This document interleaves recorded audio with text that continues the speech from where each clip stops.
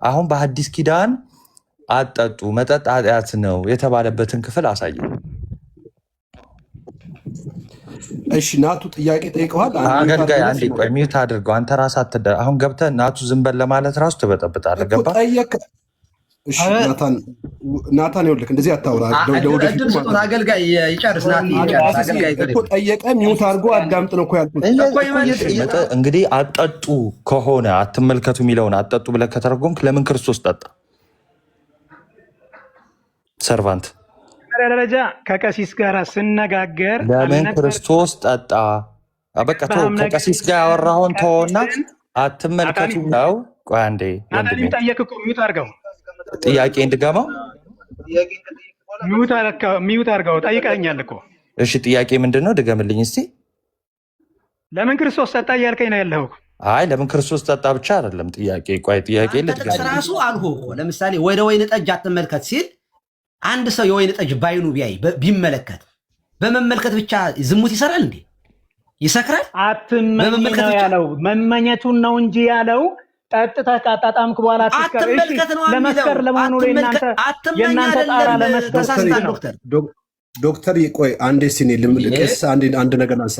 ቀሲስ ምን አይነት ፈተና ነው እንደዚህ?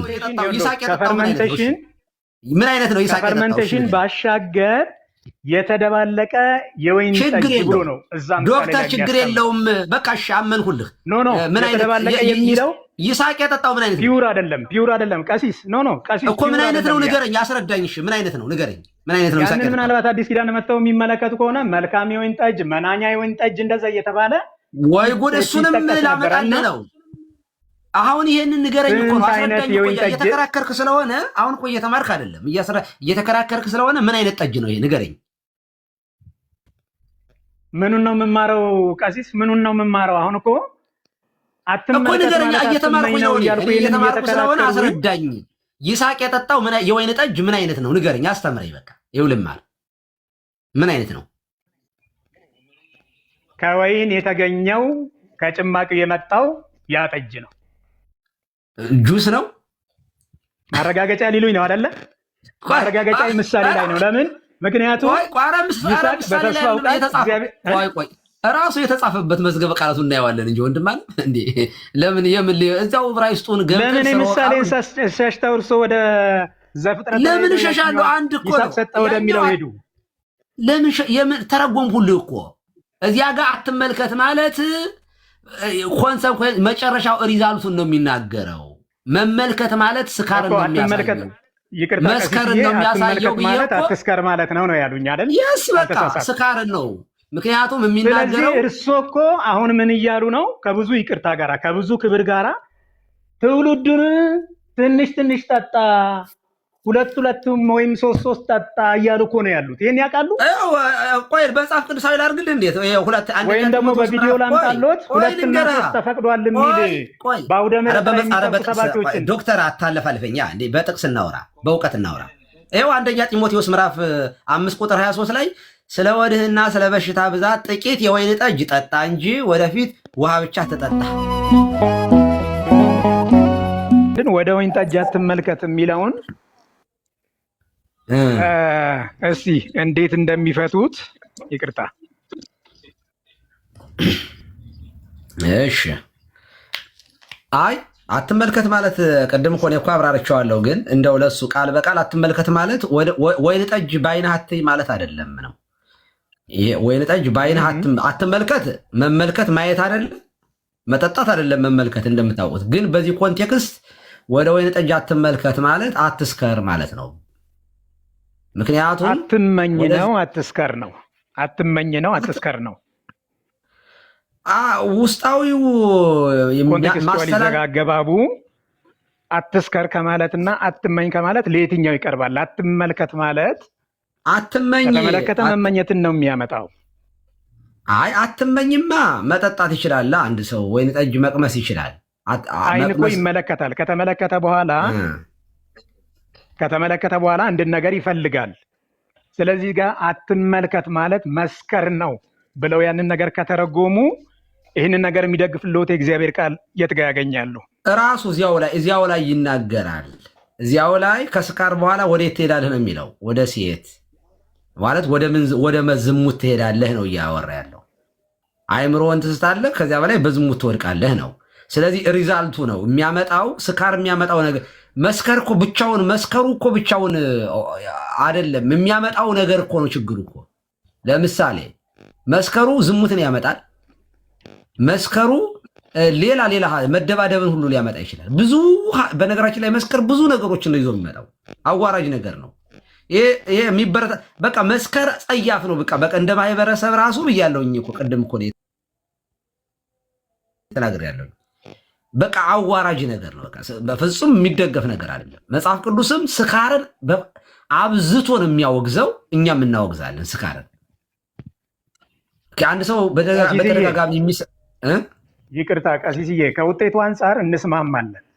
መስከርና የመስከር ተረፈ ውጤት እሱ ላይ ጥያቄ የለብኝም።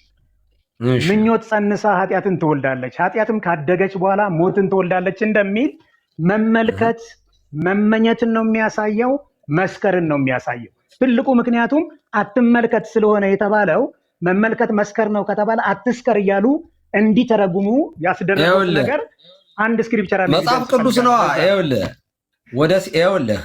መጽሐፍ ቅዱስ ምን ይላል?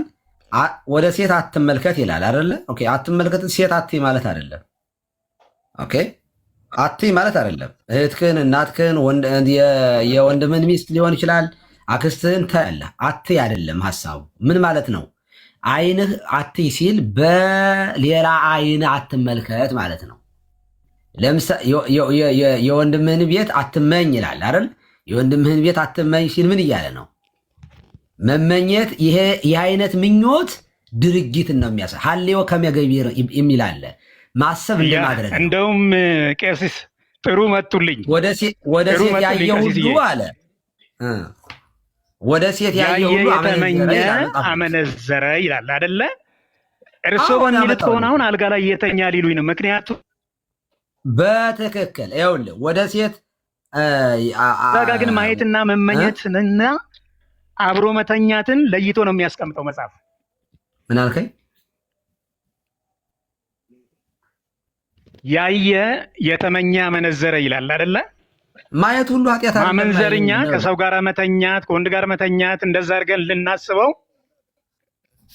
አይል መጽሐፍ ምን ይላል? አይን ከማየት አይጠግብም ይላል። አለማየት አትችልም።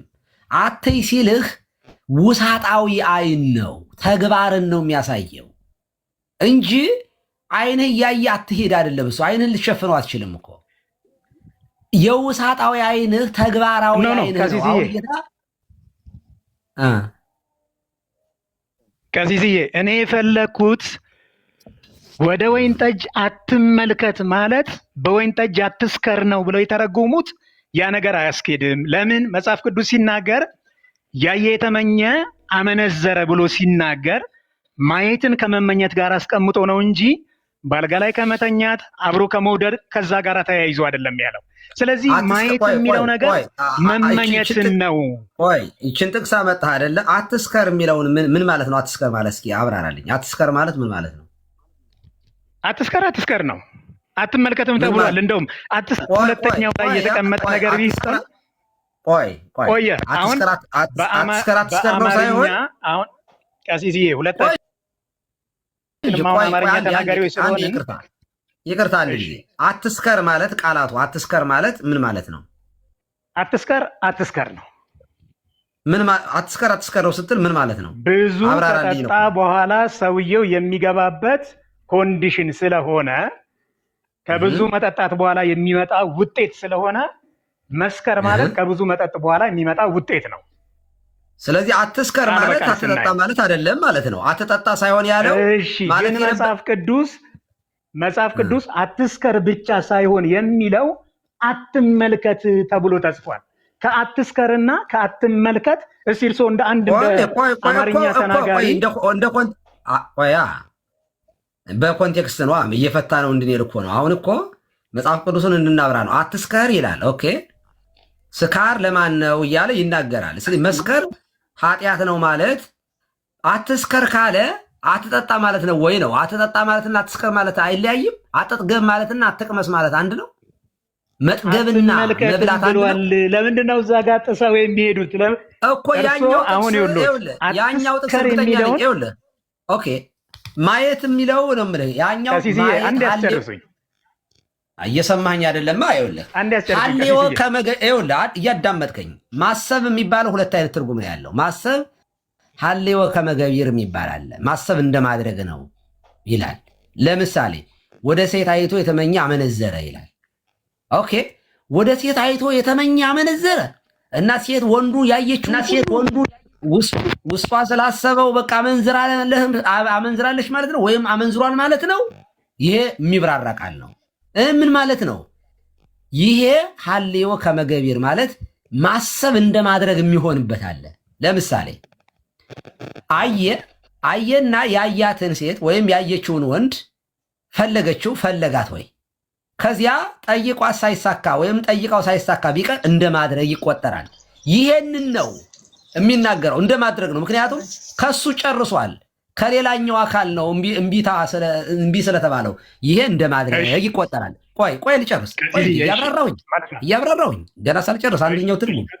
ሌላው ግን እንዴ ማሰብ ሁሉ እንደማድረግ ነው ማለት ነው። ብዙ ሰው ይጠይቃል ይሄንን ክፍል ማለት ነው።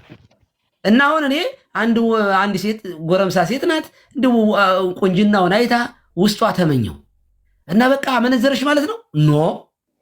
ኖ ቃሉ እኮ ይላል ወደ ሴት አይቶ የተበላ አመነዘር ይላል። ምን ማለት ነው ሲባል አይ አስበዋለች፣ ነገር ተመቻችቶላታል፣ ፈቃደኝነቱ ሁሉ ግን አይ እግዚአብሔር ምን ይለኛል ብላ ከተወችው እንደማድረግ አይቆጠርም። ምክንያቱም እግዚአብሔር ተመቻችቶላታል፣ ነገሩን የተመኘችውን ማግኘት ትችላለች፣ አግኝተዋለች። ግን እግዚአብሔርን ፈርታ ግን ውስጧ ቢያስብም በቃ ኃጢአት ነው ይሄ አይገባም ብላ ትተዋለች። እንደዚህ ያለውን ማሰብ እንደማድረግ ነው ብለን አንተረጉምም። ማሰብ እንደማድረግ የሚሆነው ልሰርቅ ሄደህ ውሻ ቢጮህብህ እና ባለቤቱ ቢነቃብህ እንዳደረግከው ነው የሚቆጠረው። ነገር ግን መንገድ ላይ ልሰርቅ እየሄድክ መንገድ ላይ አይ ይህን ነገር እኮ እግዚአብሔር አይወደውም ብለህ ተመኝተዋል። ኦልሬዲ ጎዞም ጀምራል። ከተውከው እንደማድረግ አይቆጠርም። እንዲህ ያሉ ቃላቶችን እንዲህ ማብራራት ካልቻልን መጽሐፍ ቅዱስ አንድም ሰው እዚህ ውስጥ አይቶ ከመመኘት ማን ነው በህሊናው ኃጢአትን የማይሰራ ሰው? በህሊናችንማ በጣም ብዙ ኃጢአት እንሰራለን በማሰብ ማለት ነው። ግን ማሰብ ሁሉ ግን ኃጢአት ነው ልንል አንችልም። ጌታ ይረዳናል ነው መልሱ። አሁን ይህንን የምተረጎም ቀሲስዬ አንድ ጥያቄ ልጠይቅዎት። ምናልባት አሁን እርስዎ ፐርሰናል ኬዞችን ስለሚይዙ የሃይማኖት አባት እንደመሆኑ መጠን በድብቅ ሰዎች ወደ እርስዎ ሊመጡ ይችላሉና አንዲት እህት ወይ አንድ ወንድም በጾታ እንዳንከለከለው ብቻ አመነዘርኩ ብሎ ወደ እርስዎ ቢመጣ ያ ሰው ወደ እርስዎ ሲመጣ ምን ተግባር ፈጽሞ ነው ሲመልሱልኝ? አመነዝር ያለው ሲል አሁንም አመንዝራነት ብዙ ትርጉም ስላለው ልዘረዝርልህ እችላለሁ። አመነዘርኩ ሲል ነው ዳይሬክት ከሴት ጋር ከመውደቅ ወይም ከወንድ ጋር ከመተኛት አንጻር ብዙ እንዳይሰፋ እሱ ብቻ አይደለማ። ማመንዘር ማለት እሱ ብቻ አይደለማ።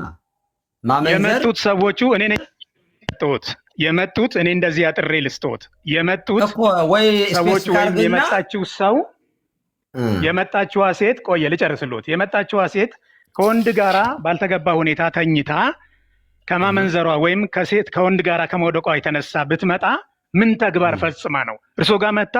ቀሲስ እኔ አመንዝሬያለሁ፣ የሚሰጡኝን ማንኛውንም ቅጣት ልቀበል ፈቃደኛ ነኝ፣ ለእርሶ ይህንን ኃጢአት ገልጣለሁ ብላ ብትል ምንድነው አድርጋ የመጣችው? እዛ ጋር እንዴት አድርጋ እንደመጣች ምንድነው? በቃ ዛስ ጉድ።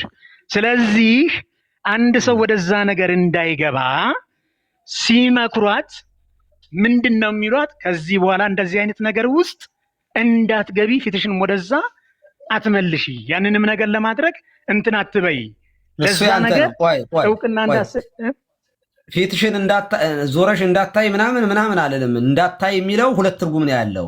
በዚህ አይነት መንገድ አሁን በመጣሽበት አይን ከሆነ ጥሩ ነው እንጂ አይንሽ ከዚህ በኋላ ምንም አይነት ወንድ እንዳያይ ብዬ ግን አልካትም። እንደዚያ ያለ ትርጉም እኔም እንደዛ ልልም። አይን እያለውማ ሰው እንደዛ አይባልም።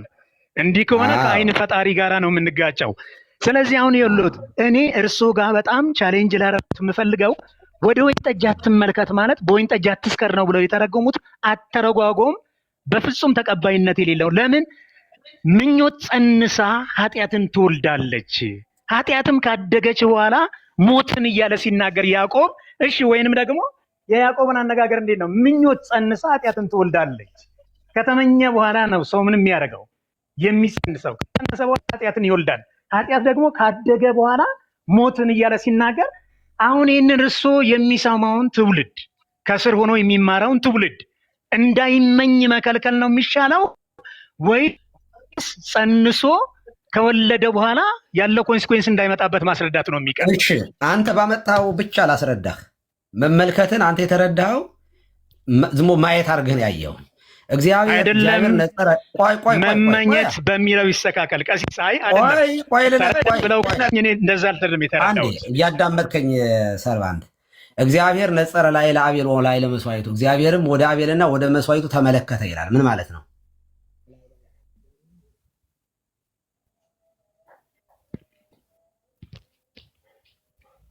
እግዚአብሔር ወደ አቤልና ወደ መስዋዕቱ ተመለከተ ይላል። ምን ማለት ነው?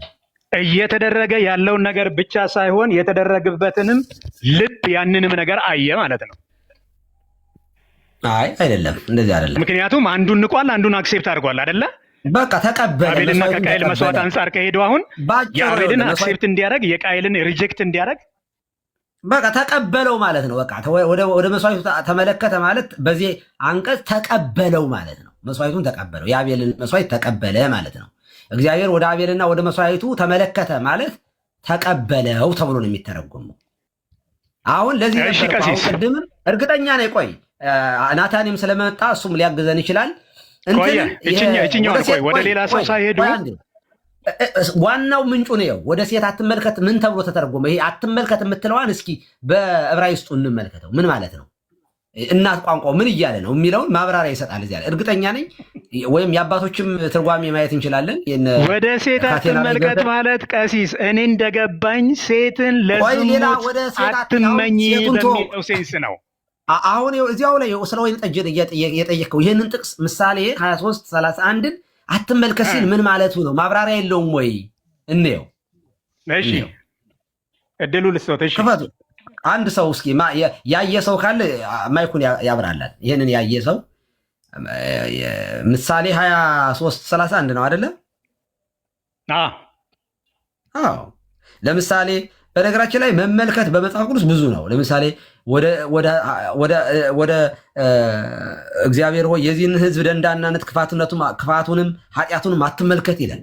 አሁን ይሄ ቀሲስዬ በጣም ይቅርታ ቀሲስዬ በጣም ይቅርታ። ኖ አይደለም ጣልቃ መግባቴ ሳይሆን እኔ ቱ ዘ ስፔሲፊክ መመልከት መመኘት ነው ወይስ መመልከት መስከር ነው የሚለውን ነው። በቃ አሁን እቺኛው ሁለቱን ነው እንደ ኮንቴክስት አብራራውልህ እኮ እንደ ኮንቴክስቱ ነው የሚተረጎመው። ለዚያ እኮ ነው እናቱን እንየው የምልህ እናቱን እንየው። በቃ ሌላውን ተወውና ምን ማለቱ ነው እዚያ ላይ ዋናውን እስኪ በቃ እሱን ያውጡት። በቃ እሺ በቃ እንደዚያ ነው የሚሻለው። ከቻላችሁ የምታወጡ ሰዎች ማን ነው እዚህ ውስጥ ያለው ማውጣት የሚችል? እሺ ከቻልኩ እስኪ እኔ ለማወቅ እሺ ዘሪ አውጣላችሁ እስከዛ በቃ ናቲ እኔ ጋር ዕብራይስጥ አለው። እንደው ወደ ዕብራይስጡ ራሱ ቆይ አንዴ ሰርቫንት ወደ ዕብራይስጡ ራሱ ከመሄዳችን በፊት የራሳቸው አዲሱ መደበኛ ትርጉም ይሄንን ኮንቴክስቱን ለምሳሌ ከስካር ጋር አገናኝቶ ነው የሚያወራው። ላሳየ። ጥሩ እንደውም ያሳየው ምን ችግር አለ? ስክሪንሻት አድርጌ ግሪን ስክሪን ላድርገው አንዴ።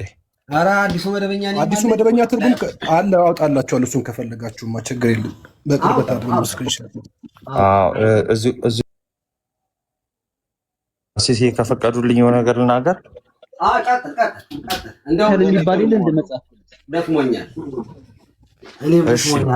ይሄ ክፍሉ የሚያወራው እንግዲህ ምንድነው? መጽሐፈ ምሳሌ 23 ከስካር ጋር መሆኑን የምናየው ምንድነው? ቁጥር 29 ጀምሮ ስናነበው ነው። ዋይታ ለማን ነው? ሀዘን ለማን ነው? ጠብ ለማን ነው? ጩኸት ለማን ነው? ያለ ምክንያት መቁሰል ለማን ነው ካለ በኋላ የዓይን ቅላት ለማን ነው ይላል።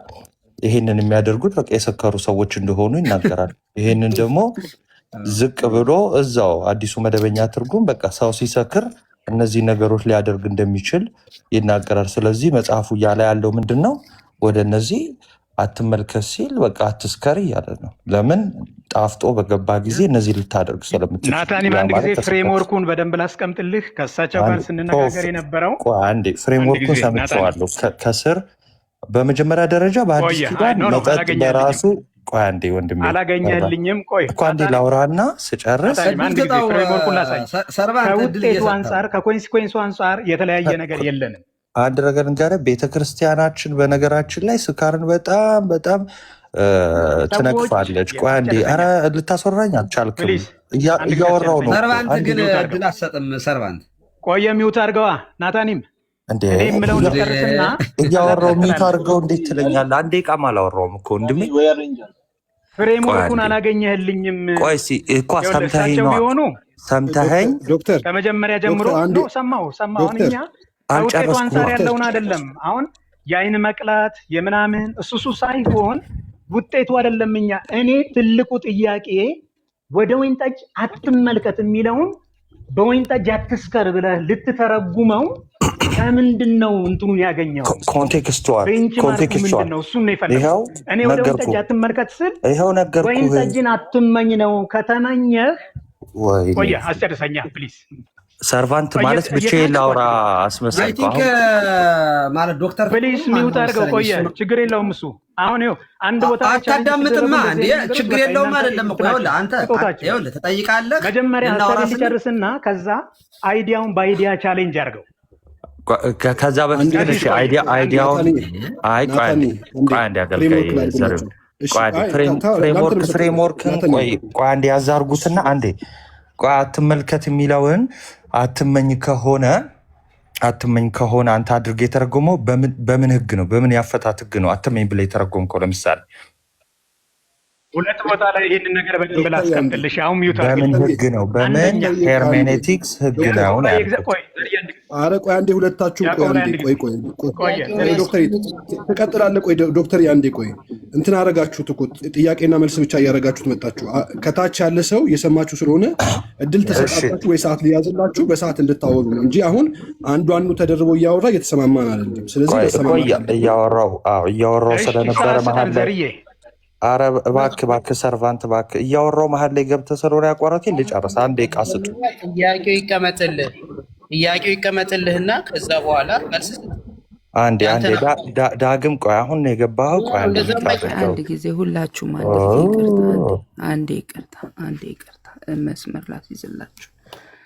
ጥያቄ ስለሆነ አንዴ ጥያቄህን ሰርቫንት አስቀምጠው ጥያቄህንና ከዛ በኋላ ናታኒ ትመልሳለህ። ጥያቄ ስለሆነ ማለት ነው።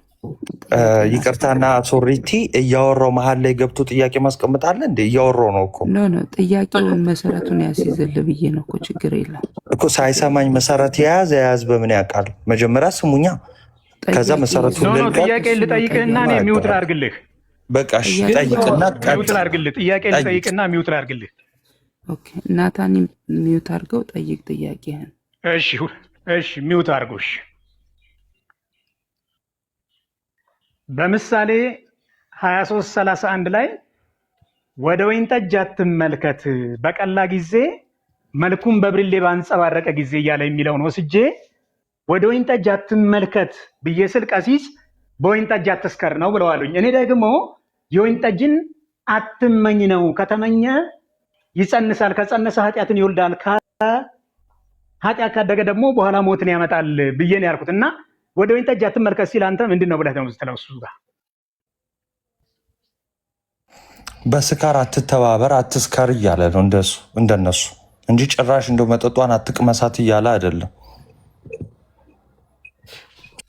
አንድ ነገር ጨምር እዚህ ላይ ይህን አትመኝ ማለት ራሱ ዶክተር ይኸውልህ አትመኝ ማለት በራሱ ቆይ ይኸውልህ ለመማርም ጭምር ፈቃደኛ ሁን ዶክተር። ምክንያቱም ፕሮፌሽን ሌላ ሊሆን ይችላል እኮ እና አንዳንድ ጊዜማ ማዳመጥ ጥሩ እኮ ነው። ይህን አንተ ባልከው ራሱ አትመኝ የሚለው ቃል አንተ ያልከው ራሱ ወደ ወይን ጠጅ አትመልከት ማለት አትመኝ ማለት ነው አልክ። ኦኬ አትመኝ ራሱ ብቻውን ራሱን ችሎ ኃጢአት ሊሆን አይችልም። አየህ አትመኝ ራሱ መመኘት ምንድን ነው ስንል ተግባራዊ ምኞትን ነው የሚያሳየው እንጂ አለመመኘት አትችልም። ልትመኝ እኮ ትችላለህ። እንደው እንደዚህ ብለን ይህ ሁሉ ከቆጠረብን ማንም አይተርፍም። እንደዚህ አይደለም። ምኞት ወደ ፍጻሜውን መናገር ነው እያልን ያለ ነው። በአንተ ትርጉም ራሱ ያው ነው ዶክተር። ቴንኪው ቀሲስ። ይቅርታ ቀሲስዬ፣ እኔ እኮ ትውልዱን ለመከልከል ትውልዱን ለመመለስ አትስከር ነው የሚለው የሚቀለው ወይስ አትመኝ ነው የሚቀለው? ቃሉስ ከምን አንጻር ነው እዛ ጋር የተነገረው? በእርግጠኛና አሁን እኔና እርሶ ስለመጠጥ ይህንን ያህል ሽንጣችንን ገትረን መከራከራችን በትውልድ መካከል ኢትስ ግሬት ሼም፣ እውነት ለመናገር ማለት ነው። እሱ መመጻደቅ ነው ወይ ዶክተር? እሱ መመጻደቅ ይባላል። ይሄ መገበዝ ነው የሚባለው፣ ግብዝነት ነው ይሄ። እውነት ለመናገር መጽሐፍ ቅዱስ የሚለውን መከተል እንጂ ያለብን የራሳችን ሀሳብ አይደለም። እኛ እኮ የምናወራው ትክክል አይደለም፣ እንደ መጽሐፍ ቅዱስ በትክክል እንረዳው ነው እንጂ እያልን ያለ ነው የራሳችንን አምጥተን። እውነት ለመናገር እርግጠኛ ሆኜ ነው የምናገረው። እኔ የጠጣሁትና አንተ የጠጣኸው ቢለካ መድኃኒዓለም ምስክሬ ነው። እኔ እንትን አንድን ስራም ከልጅነት ጀምሮ አንድ ስራስ ብዙ ነው። አይ ዶንት ቲንክ ሶ እያወራን ያለ ነው ስለኔ መጠጣት ስለአንተ መጠጣት አይደለም። መጽሐፍ ቃል ፐርሰናል እናድርገው፣ ወደ ቃሉ ገብተን እንነጋገር እኮ ታዲያ ይኸውልህ። ስለዚህ መጽሐፍ ቅዱሱ የሚለው አትስከር ነው በቃ። አትስከር ማለት ደግሞ ብዙ ነው የተጻፈው። አትስከር በጣም ብዙ ነው የተጻፈው። አትስከር የሚያመጣው ምንድነው? ከጠጣህ በኋላ ከጥጋብ በኋላ የሚመጣ ነገር ነው እንዴ? ከብዙ ይቅርታ ጋር ቀሲስ ይቺን ብቻ ልበልወትና ልጨርስ። ከብዙ ይቅርታ ጋር አንደኛ ያዕቆብ ላይ ቅድም ያለውን ምኞት ጸንሳ ኃጢአትን ትወልዳለች የሚለውን አሳይቻለሁ።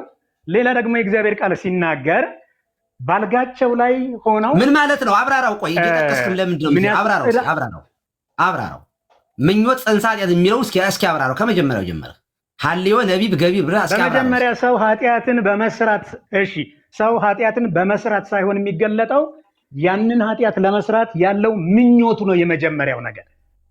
ስለዚህ መጽሐፍ ቅዱስ ትልቁና መሰረታዊ ነገር ከምኞት ጋር ስጋን ከክፉ ምኞቱና መሻቱ ጋር ሰቀል ሌላ ቦታ የሚናገረው አሁን ቀጥታ አብራራው። ይሄንን የራሱ ዝም ብለህ አይጉብኛ ይኸውልህ ጥቅስ በጥቅስ አይጉብኛ አይደለም። ይኸውልህ ዶክተር ሰው እንዲማር ነው። ዝም ብሎ ጥቅስ መረፍረፍ ከሆነ እሱ ዝም ብሎ እርሶ ጣልቃ ስለገቡ እኮ አይደለም የሚማረው። እኔ ሀሳቤን ልጨርስና ከጨረስኩ በኋላ እርሶ ደግሞ እኔ የገነባሁትን አይዲያውን በአይዲያ መጥተው ማፍረስ ይችላል። ምን ማለት ነው አይደለም ያሉኝ? እሺ አሁን እሱን ልናገር። እኔ ያዕቆብ ላይ ያለው ምኞት ጸንሳ ኃጢአትን ትወልዳለች ሲል ኃጢአት ከመወለዱ በፊት ምኞት ነው እዛ ጋር ያለው። ወደ ወይን ጠጅ አትመልከት ሲል ወይን ጠጅን አትመኝ ነው። ለምን? ከተመኘ ያ ነገር በብርሌ እያንጸባረቀ ወደ ሰውየው ውስጥ ይገባል። አሁን እኮ ከሰውየው አፍ ከሚወጣው ከውጤቱ አንጻር እኮ ሁለታችንም እንስማማለን። አይኖቹ ጋለሞታዎችን ያያል፣ መርዝ የሆነ ነገር ከአንደበቱ ይወጣል፣ በጣም ብዙ አይነት ነገሮች፣ የአይን ቅላት ይመጣል። እኛ እሱ ላይ ክርክር የለንም። እዛ ደረጃ ላይ ግን እንዳይደረስ ምንድነው ፕሪቬንሽን ሜተዱን ወይም ደግሞ መከላከያ ነገር ያስቀመጠው ሲባል አትመልከት፣ አትመኝ። ለዚህ ማረጋገጫ ያዕቆብ ላይ ከዛ ባሻገር ጥላቻን ባልጋቸው ላይ ያስባሉ፣ በነጋ ጊዜ ይፈጽሙት ዘንድ ምን ያገኛሉ? ኃይል ይሆንላቸዋል ይላል። ኃይል የሆነላቸው እኮ ሌሊት ባልጋቸው ላይ ተኝተው ያንን ሰው ሳያገኙ በአልጋቸው ላይ በተኙ ጊዜ ጥላቻ ማሰባቸው ሰውየው ምናልባት ሲነጋ ለመግደልም ብዙ ነገር ለማድረግም ኃይል ያገኝ። ስለዚህ ተመኝተዋል። አልጋቸው ላይ ሆኖ ነው፣ ሌሊት ተኝተው ነው ያንን በምኞት ደረጃ የተመኙት። እንዲህ ነው እንጂ ውጤቱን አይደለም ወይ ሰውየውን ሲመታው ገደለው ከሚለው ፐርስፔክቲቭ አይደለም። አሁን ዶክተር አንድ ጥያቄ በቀላሉ ልጠይቅህ። አሁን አንተ አንድ ጥቅስ ይዘህ ይሄንን አነሳ። እሺ የኦሪት ዘፍጥረት ምዕራፍ 27 ቁጥር 25 ላይ እርሱም ከልጄ አደን እንድበላና ነፍሴ እንድትባርክህ አቅርብልኝ አለ። አቀረበለትም፣ በላም፣ የወይን ጠጅ አመጣለት፣ እርሱም ጠጣ ይላል። ይሄ ማን ነው? ይሄ ባለ ታሪኩ ማን ነው? ይሄ ዶክተር እሺ ቀጥሉ። እየጠየኩ ነው። ማን ነው ይሄ ባለ ታሪኩ? ገብቶኛል። ስሙን ነው የፈለጉት? ኦኬ አሁን ጣጥቷል ሰውዬ። ይሄ ኃጢአት ሰርቷል አልሰራም? ኃጢአት ነው ጠጅ የሚለውን ነገር ቅድም ዘፈንን ሲከፋፍሉ እንደነበረው ከፋፍለን እንመልከት። ቀሲስ እኔ ወደዛ የጠቀስን ያንን ነገር እንትን ማለት አይደለም። መጀመሪያ ጥያቄን መልስልኝ። ይኸውልህ ታሪኩን እንድነግር ፈልከ የይስሐቅ ታሪክ ነው። ያዕቆብና ኤሳውን ያዕቆብ የገባበት እንትን ነው እና ይስሐቅ ነው ይሄንን የሚናገረው። ኦኬ ይስሐቅ ማለት ደግሞ የእምነት አባቶች ከሚባሉ ከአብርሃም ይስሐቅ ያዕቆብ እንግዲህ ሶስቱ አርስተ አበው የሚባሉ ናቸው። አሁን ምን አለ? አንተ ልጅ ኤሳው ነህን? እርሱም እኔ ነኝ አለ። ያዕቆብ ነው ያቀረበለት። ያዕቆብ ነው ያቀረበው ይሄንን ያው በማሳሳት ስለገባ። እርሱም ከልጅ አደን እንድበላና ነፍሴ እንድትባርክህ አቅርብልኝ አለ። አቀረበለትም አለ። በላ። እሺ የወይን ጠጅ ምን የወይን ጠጅ አመጣለት፣ እርሱም ጠጣ። አባቱ ይስሐቅም ልጄ ሆይ ወደ እኔ ቅረብ ሳመኝም አለው ይላል። ይስሐቅ ኃጢአት ሰርቷል? እግዚአብሔር ተሳስታል እንዴት ተጠጣለህ ብሎታል ወይንስ ተፈቅዶለታል?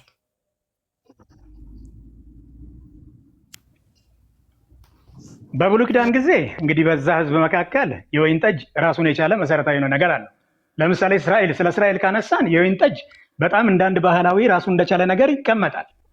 ወደ አዲስ ኪዳን ስንመጣ ወይን ጠጅ ጋር ተያይዞ የተቀመጠው ነገር ወደ እንትን ልትመጣ ነው እንዴ? ወደ አልኮል ፐርሰንት ልትመጣ ነው እንዴ? ቅራሪና እንትን ወደ ማለት ልትመጣ ነው? በሱ ቢሆን መሄድ እንችላለን። የወይን ጠጅ ነው ዶክተርዬ። ቀሲስ አንዴ እዛ ጋ እንዲያውም የብሉይ ኪዳኑ የወይን ጠጅ አናት ያዕቆብ ያንን ነገር ሰጠውና ያንን ነገር ጠጣ ማለት በነገራችን ላይ ቀሲስ ከስር የምናስተውለው ሰለሞን እስራኤላዊ ነው። መጽሐፈ ምሳሌ ብሉይ ኪዳን ላይ ነው። እንግዲህ አሁን ከተናገርከው ማርካ ይሆንልን። አረ ቆይ በአዲስ ኪዳን ላመጣለት ነው። ቆይ የጢሞቴዎስን ላመጣለት አይደል? እኔ እኮ ስለ እስራኤላዊነቱም ጥያቄ የለኝም። አባቱም ያንን ነገር የወይን ጠጁን ስለመጣጣት ጥያቄ የለኝም። ስለዚህ ቆይ ተፈቅዶለታል? ትክክል ነው አይደለም ነው ያው እንዳለ አንተ በምትለው ያለውን ነገር ተመልክቶ አትመልከት። አረ በተራ በቃ ይሄንን መልስልኝ ዶክተር መልስልኝ። ተሳስቷል አልተሳሳትም? ይስሐቅ ተሳስቷል ወይ አልተሳሳትም? በላይ ከሁለት አንዱ። በዛን ሰዓት ይሄኛው ነገር እንደ ባህላዊ ነገር የሚቀርብ ነው። ኢትዮጵያ መጣው እርሱ በዚያን ጊዜ ካልክ እኮ መጽሐፈ ምሳሌም የብሉይ ኪዳን መጽሐፍ እኮ ነው። ኖ ግን እየተጻፈ ያለው እኔ ምሳሌን እየጠቀስኩ ምሳሌ እየተናገረበት ያለው መንፈስና እርሶ ይስሐቅ የሰጠው የወይን ጠጅ ብለው ያነሱት ሁለቱ መንፈሳዊ በየአውዱ እንፍታውና የዚህን አውድ የዛኛውን አውድ እንፈድና ወደ አዲስ ኪዳን እመጣልሃለሁ። ቆይ እኔ ቀጥታ እመጣልሃለሁ። ወደ አዲስ ኪዳን እመጣልሃለሁ። አሁን ብሉይ ኪዳን ነው እንግዲህ ብሉይ ኪዳን አንድ ህግ ናት። ኦሪት አንድ ህግ ነው። በቃ እስቲ አንድ ጥያቄ ልጠይቅዎት። ቆይ መጀመሪያ ለምን መልስ የወይን ጠጅ ያውቃሉ? ቆይ እስቲ ጥያቄውን እንድረዱ ጥያቄውን በጥያቄ መጠየቅ መብት አለኝ። ስንት አይነት የወይን ጠጅ ያውቃሉ ሰው? ኦኬ ስለዚህ የወይን ጠጅ የሚፈቀድና የማይፈቀድ አለ ብለህ ከፋፍለህ ፈርመንታል የሆነ ይሄ ማለት ምንም ልሙጥ የሆነ ወይን አለ ያለ ብለህ ልከፋፍለው ከሆነ አንተ የምታወራው ታዲያ አትመልከት የተባለው አንተ የምታወራው እዚህ ጋር የወይን ጠጅ ነው የሚለው። የወይን ጠጅ ነው የሚለው። የተደባለቀ የወይን ጠጅ ምንም ጥያቄ የለውም። ይኸውልህ ወደ ብራይስጥ የተደባለቀ የወይን ጠጅ እሺ እኛው የጠጣው ይስሐቅ የጠጣው ምን አይነት ነው? ይስሐቅ ከፈርመንቴሽን ባሻገር የተደባለቀ የወይን ጠጅ ብሎ ነው እዛም ዶክተር ችግር የለውም። በቃ እሺ አመንኩልህ። ምን የተደባለቀ የሚለው ይስሐቅ የጠጣው ምን አይነት ፒውር አይደለም ቀሲስ ቀሲስ እኮ ምን አይነት ነው ንገረኝ፣ አስረዳኝ። እሺ ምን አይነት ነው ንገረኝ። ምን አይነት ነው? ያንን ምናልባት አዲስ ኪዳን መጥተው የሚመለከቱ ከሆነ መልካም የወይን ጠጅ፣ መናኛ የወይን ጠጅ እንደዛ እየተባለ ወይ ጉድ! እሱንም ላመጣልህ ነው። አሁን ይሄንን ንገረኝ እኮ ነው። አስረዳኝ እኮ እየተከራከርክ ስለሆነ አሁን እኮ እየተማርክ አይደለም፣ እየተከራከርክ ስለሆነ ምን አይነት ጠጅ ነው ይሄ ንገረኝ። ምኑን ነው የምማረው ቀሲስ? ምኑን ነው የምማረው? አሁን እኮ እኮ ንገረኝ። እየተማርኩኝ ነው እየተማርኩ ስለሆነ አስረዳኝ። ይስሐቅ የጠጣው የወይን ጠጅ ምን አይነት ነው ንገረኝ፣ አስተምረኝ። በቃ ይኸው ልማር። ምን አይነት ነው? ከወይን የተገኘው ከጭማቂው የመጣው ያ ጠጅ ነው። ጁስ ነው። ማረጋገጫ ሊሉኝ ነው አይደለ? ማረጋገጫ ምሳሌ ላይ ነው። ለምን? ምክንያቱም ራሱ የተጻፈበት መዝገበ ቃላቱ እናየዋለን እንጂ ወንድም አለ እንዴ? ለምን እዛው ዕብራይስጡን ለምን ምሳሌን ሸሽተው እርሶ ወደ ዘፍጥረት ለምን እሸሻለሁ? አንድ እኮ ነው ሰጠ ወደሚለው ሄዱ። ለምን ተረጎምኩልህ እኮ እዚያ ጋር አትመልከት ማለት ኮንሰንኮንስ መጨረሻው ሪዛልቱን ነው የሚናገረው። መመልከት ማለት ስካርን ነው የሚያሳየው። መስከርን ነው የሚያሳየው ማለት አትስከር ማለት ነው ያሉኝ አይደል? የስ በቃ ስካርን ነው። ምክንያቱም የሚናገረው እርሶ እኮ አሁን ምን እያሉ ነው? ከብዙ ይቅርታ ጋራ ከብዙ ክብር ጋራ ትውልዱን ትንሽ ትንሽ ጠጣ፣ ሁለቱም ወይም ሶስት ጠጣ እያሉ እኮ ነው ያሉት። ይሄን ያውቃሉ? ቆይ በመጽሐፍ ቅዱሳዊ ላድርግልህ እንዴት? ወይም ደግሞ በቪዲዮ ላምጣልዎት ሁለትና ሶስት ተፈቅዷል የሚል በአውደ ምሕረት ሰባኪዎችን ዶክተር አታለፋልፈኛ እንዴ! በጥቅስ እናውራ፣ በእውቀት እናውራ። ይኸው አንደኛ ጢሞቴዎስ ምዕራፍ 5 ቁጥር 23 ላይ ስለ ወድህና ስለ በሽታ ብዛት ጥቂት የወይን ጠጅ ጠጣ እንጂ ወደፊት ውሃ ብቻ ተጠጣ። ምናልባትም እሱ ጋር ከመጡ ቀሲስዬ እሱ ጋር ከመጡ ከሙያም አንጻር ትክክለኛ የሆነ ሜዲኬሽን ቀሲስዬ ሜዲኬሽን ቫሊዩ ስላለው እዛ ጋር የተባለው ፒውር የሆነውን ከወይን የሚጨመቀውን ያንን ነው እንጂ ስለ ፈርመንቴሽንም ስለተደባለቀ ነገር በቃ ከሌላ ሰው ጋር እንዴ ላውራ። አይ ዶክተር አንተ አሁን እያወራህ ያለው ከኮንቴክስት ውጭ ነው የምታወራው። ይኸውልህ አንደኛ በአንተ ጥቅስ ራሱ አልሆ እኮ ለምሳሌ ወደ ወይን ጠጅ አትመልከት ሲል አንድ ሰው የወይን ጠጅ ባይኑ ቢያይ ቢመለከት በመመልከት ብቻ ዝሙት ይሰራል እንዴ? ይሰክራል? አትመኝ ነው ያለው። መመኘቱን ነው እንጂ ያለው ጠጥተህ ካጣጣምክ በኋላ አትመልከት ነው ለመስከር ለመሆኑ የእናንተ ጣራ ለመስከር ዶክተር ቆይ አንዴ ሲኔ ልምልቀስ አንድ ነገር ላንሳ። ቀሲስ አይነት ፈተና ነው እንደዚህ ነው። እሺ ቀሲስ አንድ ነገር ላንሳ። አሁን ሁለታችሁም ለእኔ ተመሳሳይ ነገር እያወራችሁ ላለመግባባት ነው ብዙ መንገድ የሄዳችሁ ይመስለኝ። ለምንድን ነው እንደዚህ ያልኩት? ከይቅርታ ከትልቅ ይቅርታ እያወሩ አይደለም። ለምን እንደዛ እንዳልኩ ልንገርሽ። አሁን ስለ ስካር ሁለቱም ተግባብተዋል። ያነሳሁት ቆይ ቀሲስ ያነሳው ስለ ስካር ሁለታችሁም አልተስማማችሁም። ቆይ ናታን ታወራለህ። ስለ ስካር ሁለታችሁም ስለ ስካር አልተስማማችሁም ማለት ስካርን ሁለታችሁም ትጸየፋላችሁ። ቅድም ቀሲስ በደንብ ስለተናገሩ እኔ አንድ አይነት ቀሲ እኮ ይሄንን ተስማማላችሁ ሁለታችሁም። ግን አሁን እያነሳ ያለው እሱ ምሳሌ ከቶ አትመልከት የሚለውን ነገር እርሶ ሰው ሲጠጣ ነው ስካር ውስጥ የሚገባው ነው። እሱ ደግሞ የተመለከተውን ነገር ከጠጣ ይሰክራል። ለእኔ ተመሳሳይ ነው። እሱ እያነሳ ያለው አትመልከት የሚለውን ነገር ቶታሊ ሰው እንዳያስበው ሰው ወደ መጠጥ እንዳይጋበዝ መከልከል አለበት የሚለውን አቋም ነው። እርሶም ይሄን አቋም ተስማምቶ ነው። ግን እያነሱ ያሉት ክፍሉ ስለ ስካር ነው የሚያወራው ነው። አሁን ክፍሉ ላይ ለመስማት እያወራቸው እኔ ገባኝ። ክፍሉ ላይ አገልጋይ ዘር አትስከር ነው ወይ ቀስ እንዲያውም ሰው አለመመኘት አትችልም። እንዲያውም ጽድቅ የሚሆንልህ እኮ እያማረህ ያምርሃል እኮ። ሰው የሚወደውን ነገር መተው እኮ ቀላል ነገር አይደለም። እያማረ ስትተወው እኮ ነው ትልቅ ጽድቅ የሚሆንልህ። ሰው ስላማረህ ስለተመኘኸው ኃጢአት የሚሆንብህ ከሆነ ማለት የማይመኝ የለም። የእውነቴን ነው። ምኞትማ እዚህ ላድርግ አራት ግባብ እባክህ ኧረ ተው ጥሩ አይደለም። ዶክተር እኔና እሳቸውን ጨርስ። ቆይ ልጨርስ። አለመመኘት አይቻልም። ይኸውልህ እኔ አሁን የሆነ ቆንጆ መኪና ወይ የሆነ ቆንጆ ቤት አይቼ ዋው እንዴት ያምራል ምናምን ብዬ ትንሽ ልመኝ እኮ እችላለሁ በእውነቱ እንደው። ስለዚህ የሚያወራው ይሄ መጽሐፈ ምሳሌ ሪዛልቱ ምን ይላል? ከእሷ ጋር ሄደህ እንዳትወድቅ እንዳትጨማለቅ ነው። አትመልከት የሚለውን ያብራራበት በዚያ ውስጥ ያለውን ኢንዱን አይቶ ነው የሚናገረው እንጂ ማየትም ኃጢአት ቢሆን ኖሮ ቀጥታ ማየት ኃጢአት ቢሆን አይናችንን ሸፍነን እንደ ሙስሊሞቹ ጨፍነን ነው መሄድ ያለበት። ያውም እነሱም ደግሞ ያያሉ። ለካ እነሱ ናቸው የማይታይ። እኔ እንደው ሀሳቤን ልጨርስና ከይቅርታ ጋር አንዴ ዶክተር ቆይ ዶክተር ረጅም ሰዓት ቆይ ዶክተር የግድ የለም ምን ልጨርስ አንድ ሀሳቤን በጌታ ለምሳሌ ቅድም ዶክተር ሲያነሳበት የነበረውን ፖይንት ሮሜ ላይ ያለውን ስለምኞት እያነሳ ነበር። ምኞት ጸንሳ ኃጢአትን ትወልዳለች፣ ኃጢአትም ጸንሶ ሞትን ይወልዳሉ። አሁን እያንዳንዱ ነገር የምንስማማበት ኮንሲኩዌንስ አለው። ሰው ስለተመኘ ኃጢአት ነው መጽሐፍ ቅዱስ አይደለም። ግን ምኞት ወዴት ይወስደዋል? ሰውየውን እየነገረ ነው፣ ወደ ኃጢአት ይወስደዋል። የኃጢአቱ ደግሞ ወዴት ይወስደዋል? ሰውየውን ወደ ሞት ይወስደዋል። እያንዳንዱ ፋይናል ሪዛልት አለው። ስለዚህ ሰው ምን መሆን አለበት ነው? ክፉ ምኞትን ውስጡ እንዲያቆም ነው መጽሐፍ ቅዱስ የሚነግረን። ወደ ወይን ጠጅም መስከር ስላለ ወደ ወይን ጠጅ እንዳይመለከት መጽሐፍ ቅዱስ እየነገረኝ ለእኔ የሚገባኝ ማለት ነው። ሰው ከጠጣ በኋላ አንዳንዱ ሰው ገደብ አለኝ 2 ነው የምጠጣው ሊል ይችላል። ግን አብዛኛው ሰው የምናየው ሰው ከትልቅ እስከ ትንሽ ከደቂቅ እስከ ምሁር እስከ ማህይም ድረስ ሰው ጠጥቶ ሲንገዳገር ሲሰክር ነው። በጣም ተማረ የምንለው ሰው ቅድም ሲሉ ነበር ቀሲስ። አሁን እኛ እያነሳን ኮንሰርን አድርጎን የምናወራው ውጤቱን ነው። የምኞቱ ውጤት የቱ ጋር ነው ፋይናል ግቡ የሚለውን እሱ ነው መነሳት ያለበት። ስለዚህ መጀመሪያው ነው። ቆይ ቀሲስ አገልጋይ ልጨርስ። እሺ ቀሲስ። ስለዚህ አሁን እያነሳን ያለ ነው ምኞት ኦልሬዲ ኃጢአት ነው የሚል አይደል? ምኞት ራሱ አንዱ ራሱን የቻለ ነገር ስለሆነ ምኞት ራሱን የቻለ አንድ ነገር መመኘት መልካም ነገር ሰው ይመኛል። ዝሙትም የሚመኝ ከሴት ጋር ለመተኛት የሚመኝ ሰውዬ እስካላደረገው ድረስ መጽሐፍ ቅዱስ ኃጢአት ነው ብሎ አላስቀመጠም። ግን ሰውየው ከተመኘው ቅድም ሲያነሱ እንደነበረው ሄዶ ከመተኛት አይከለክሉም። በመኝታው ላይ ክፉ ነገር ለሚያስብ ሰው ወየውለት፣ ሲነጋ ኃይል በእጁ ነው ብሎ መጽሐፍ ቅዱሳችን ይነገር። ስለዚህ ሰው ምኞት ሲጀምር ኃጢአት ነው ብሎ እንዲጸየፍ ያን ነገር ነው መጽሐፍ ቅዱስ የሚያስተምር።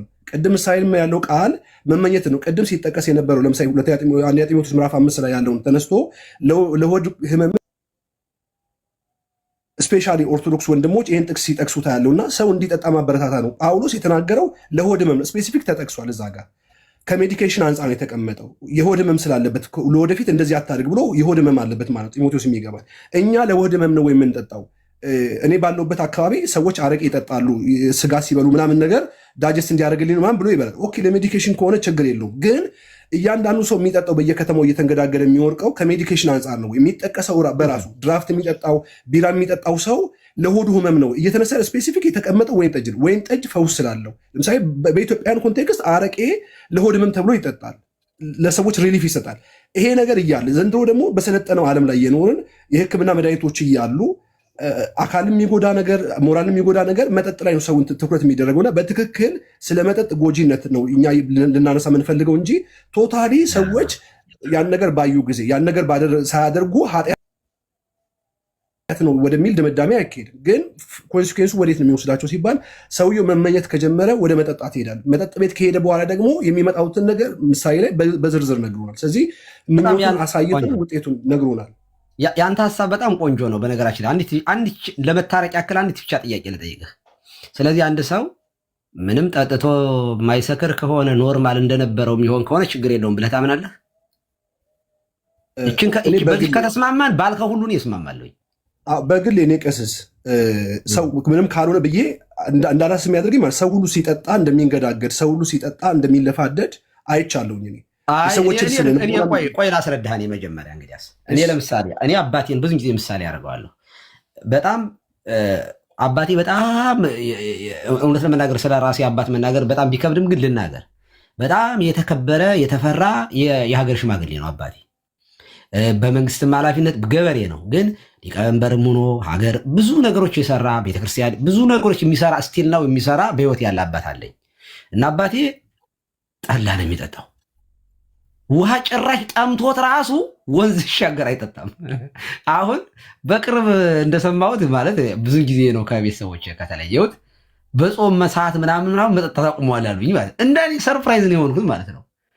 ምክንያቱም አባቴ አንድ ቀን ማለት በህይወቱ እኔ ስካር የሚባል ነገር አባቴ ላይ አይችበት አላውቅም። እንግዲህ እሱ ብቻ አይደለም እኔ የአባቴን ብቻ አይደለም እነግርህ፣ ቤተክርስቲያን ውስጥ ዝክር ተይዞ የሚካሄደው ጠላ ነው። በአገራችን ገንቦ ጠላ ምናምን ይባል አይታወቅም። እንደው ጠጅም ምናምን ካለ እንደው ትልልቅ ከበርቴዎች ቤት ነው። እኔ እዚያው ያሁሉ ህዝብ ሰርግም ሲሆን ሊሆን ይችላል ሲጠጣ ሰካራም የምታየው እንደ መስከረሙ አንዳንድ ነው። እዚህ ደንበር ሲል የምታየው ሲወላገድ ማህበረሰቡ ገበሬ ነው። ሲያርስ ይውልና እሷን ጠጥቶ እንደገና ኢነርጂ ሆነው ያችን ሰርሶ ነው። ምንም አይነት ስካር አናይባቸውም። እጃቸውን በማጨድ አይቆርጡ ምንም ነገር እንደው እንዲች ንክች አይሉ ማለት ነው። ስለዚህ ኤክስፔሪንስ የሌለው ሰው ከሆነ ግን ብሎ አንድ ጅው አድርጎ እንደው ይጠጣዋል፣ ከዚያ ሊወድቅ ይችላል። አንተ በምትለው ኮንቴክስት እንደዚህ ያለ ሰው ኢቭን ሲጠጣ ራሱ በተደጋጋሚ የሚሰክር ከሆነ በቤተክርስቲያን ይሄ ሰው ወደ ወይን ጠጅ ዞር እንዳይል እቤቱ ራሱ አልኮል የሚባል ነገር እንዳይኖር እንከለክላለን። እኛ ቀኑን አንሰጣለን። በእኛ ቤተክርስቲያን የሚሰክር ከሆነ እየሰከረ ሚስቱ ልጆቹን የሚረብሽ ከሆነ ክልክል ነው። ለዚህ ሰውዬ ፈጽሞ መጠጥ አልተፈቀደለትም ባይዞ። ነገር ግን እያወራሁት ያለሁት እኔ እያልኩት ኖርማል ጠጥተው ምንም ነገር በቃ ኖርማል የሚያደርግ ከሆነ ኃጢአት የማትሰራ ከሆነ ወደ ሌላ ነገር የማትሄድ ከሆነ እንደነበርከው የሚያደርግህ ከሆነ መጽሐፍ ቅዱስ እሱን አይከለክልም። የሚከለክለው ስካርን ነው። መጥን ሰው ነህ አንተ፣ ሰው ነህ፣ እንስሳ አይደለህም። ሆድህ እንደ አህያ የበላት ምላ አትሞትም። አህያ እምብርት የላትም ይባላል። በእርግጥም አይቻለሁኝ። አንድ አህያችን ታማ ሆዷ በጣም ተራራክሎ ለሕክምና መከራችን ያለን ተኝታ ተንጋላት ሳር ትግጣለች ማለት ነው። እና እስከምትሞት ነው አህያ የምትበላው እምብርት የላትም ይባላል። እንደዚህ ማድረግ መብላት ራሱ ጠግቦ መብላት ራሱ ኃጢአት እንደሆነ በዚህ አጋጣሚ መናገር እፈልጋለሁ። እና እንደዚያ እኔ አንድ ነገር ልንገሮት በራሴና ለአንተና ለወንድሞች ልልቀቅ። ዘርዬ ለናታኒ በእውነት ብትሰጡት፣ ለናታኒም እንግዳ ከኛ ቤት ቀሲስን ናታኒ የሚያወራ ከዚህ በኋላ ቀሲስን አንድ ደቂቃ ብቻ ነው የምጠይቀው። ቀሲስ አሁን እናንተ ብቻ ጠያቂ ዶክተር ለውይይት ይችን ልጨርስና ትገባለን። ይችን ጠይቄ ብቻ ነው የምወርደው። አትሊስት ፎር 30 ሰከንድ እናንተ ተቀበሉ። ለ30 ሰከንድ ቆይ ናታኒም አንድ ጊዜ። ምክንያቱም እሳቸውን መጠየቅ የሚገባኝ መሰረታዊ ጥያቄ ስላለ ናታኒም አንድ ጊዜ ናታኒም ይኸው። እሺ ቀሲስ፣ ለእርሶ ማመንዘር ማለት አንድ ሰው ከአንድ ሴት ጋራ መሳሳሙ ነው? ተኝቶ 30 ደቂቃ መፍጀቱ ነው? 10 ደቂቃ መፍጀቱ ነው? ምንድን ነው? እስቲ ይሄንን እስቲ ንገሩኝ። ባጭሩ ልመልስ። ቆንጆ ጥያቄ ነው። ኃጢአት በሐልዮ በነቢብ በገቢር ይሰራል፣ ጽድቅም በሐልዮ በነቢብ በገቢር ይሰራል። በሐልዮ ማሰብ እንደ ቅድም ተናግሬያለሁ። ማሰብ በራሱ ኃጢአት የሚሆንበት አለ። ምን ማለት ነው? ያ ሰው አስቧል ግን አልተሳካለትም። ይህ እንደ ማድረግ ነው የሚቆጠረው። ይሄ ማሰቡ አላደረገውም። ኦኬ፣ አንድ ወንድ አንድን ሴት ተመኛት። ኦኬ፣ ተመኛት ግን ይሄ ወደ እሷ ሲሄድ ወይም ቢብላው ሊሆን ይችላል፣ ወይ ሌላ ሰው ደርሶበት ሊሆን ይችላል። እሷ ላታውቅ ሁሉ ትችላል፣ ወይም ጠልፏትም ሊሆን ይችላል። አስቦ ግን ሳይሳካለት ከቀረ እንደ ማድረግ ነው የሚቆጠረው። ይሄ ሐልዮ ኃጢአት ነው። ግን ኃጢአት የማይሆንበት ሁኔታ አለ። ሐልዮ ምን ማለት ነው? ትመኛለህ ግን አይ እግዚአብሔር እኮ አይወደውም ብለህ ትተዋለህ። ዘፈን ማድመጥ እየወደድክ አይ ዘፈን ኃጢአት ነው ብለህ ትተዋለህ። እንዲህ ያለው ኃጢአት እንደማድረግ አድርጎ አይቆጠርም። ሁለተኛ ገቢር የሚባል ኃጢአት ነው። የገቢር ኃጢአት አለ፣ የነቢብ ኃጢአት አለ። ነቢብ ማለት በንግግር ሰው መሳደብ ሊሆን ይችላል፣ ደንቆሮ ምናምን ብሎ ማለት ይሄ ኃጢአት ነው። ጽድቅም ባይዞ በነገራችን ላይ በሐልዮ ጽድቅም ይሰራል። እችንም ጨምሬያት ልሄድ። በማሰብ ጽድቅም ይፈጸማል ይደረጋል። ለምሳሌ አንድ ሰው ንስሐ ገብቶ በሐሳቡ ነው አለ ንስሐ ገባ። በዚያች ሌሊት ነፍሱ ከስጋው ማድረግ ያለ በሃይማኖት የሚጠበቅበትን ነገር ሁሉ ማድረግ ሳይችል ግን ኮምፕሌት ከእግዚአብሔር ጋር ግን አልቅሶ በሐሳቡ ማለት እግዚአብሔር ወይ በድያለሁ የሚለውን ነገር ተጠቅሞ ቢሞት ይሄ እንደ ጽድቅ ይቆጠርለታል። ማሰቡ በጣም ምክንያቱም ከአክሽኑ ጊዜ ስላልሰጠው ማለት ነው። ማሰቡ ገቢር የሚባለው ደንቆሮ ምናምን ብሎ መሳደብ የገሃነም ፍርድ ይገባዋል ይላል። ነቢብ ንግግር ራሱ ኃጢአት ይሆናል። ንግግር በራሱ ደግሞ ጽድቅም ይሆናል። ሰውን ማጽናናት፣ መምከር፣ ማስተማር ነቢብ ነው። ይሄ ነቢብ ነው። ይሄ ጽድቅ ሆኖ ይቆጠራል። ኃጢአትም ነው ሆኖ የሚቆጠርበት አለ። ገቢር የሚባለው ደግሞ መውደቅ ነው። አክሽኑን ማድረግ ማለት ነው። መዘሞት ሊሆን ይችላል፣ ሴክሹዋል ሪሌሽንሽፕ ማድረግ ሊሆን ይችላል፣ መግደል ሊሆን ይችላል። ቅድም እንዳልነው መዝፈን፣ ያ የተገለጹ ስጋው በማድረግ ይሄ ኃጢአት ይሆናል።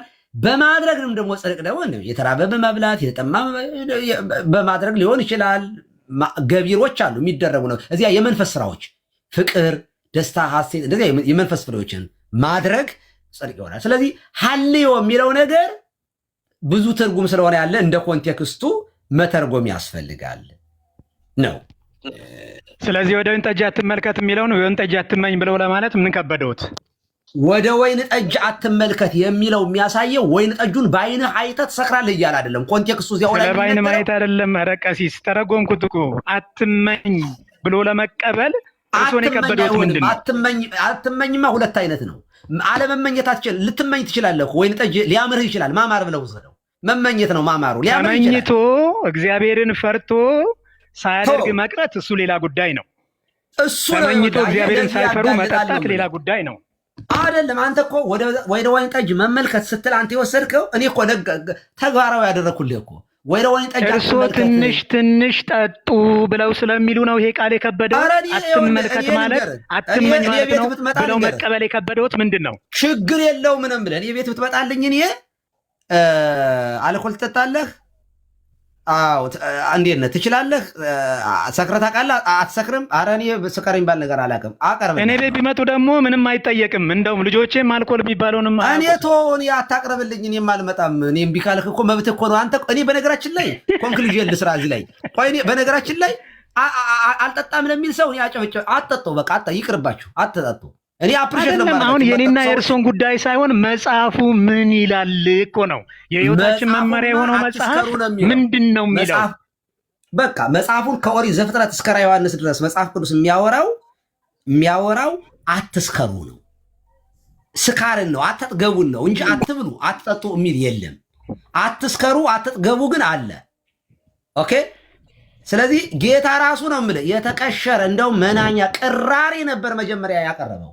ሁለተኛው ግን የቀረበው ግን በጣም የሚገርም ወይን ጠጅ ጠምቆ 6 ጋን ለሰርገኛው ያንበሸበሸው መድኃኔዓለም ኢየሱስ ክርስቶስ ነው። ኦኬ። የወይን ጠጅ አመሰግናለሁ።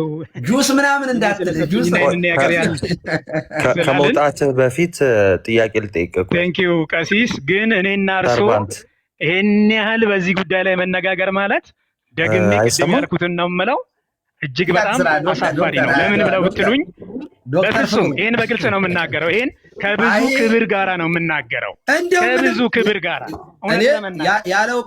ምክንያቱም ለራሳችን ምኞትና ለራሳችን መሻት ስንል የእግዚአብሔርን ቃል የምናጣምም ከሆነ በተግባር ላይ ያለ የኛ ኢንተረስት ስላለ ነው።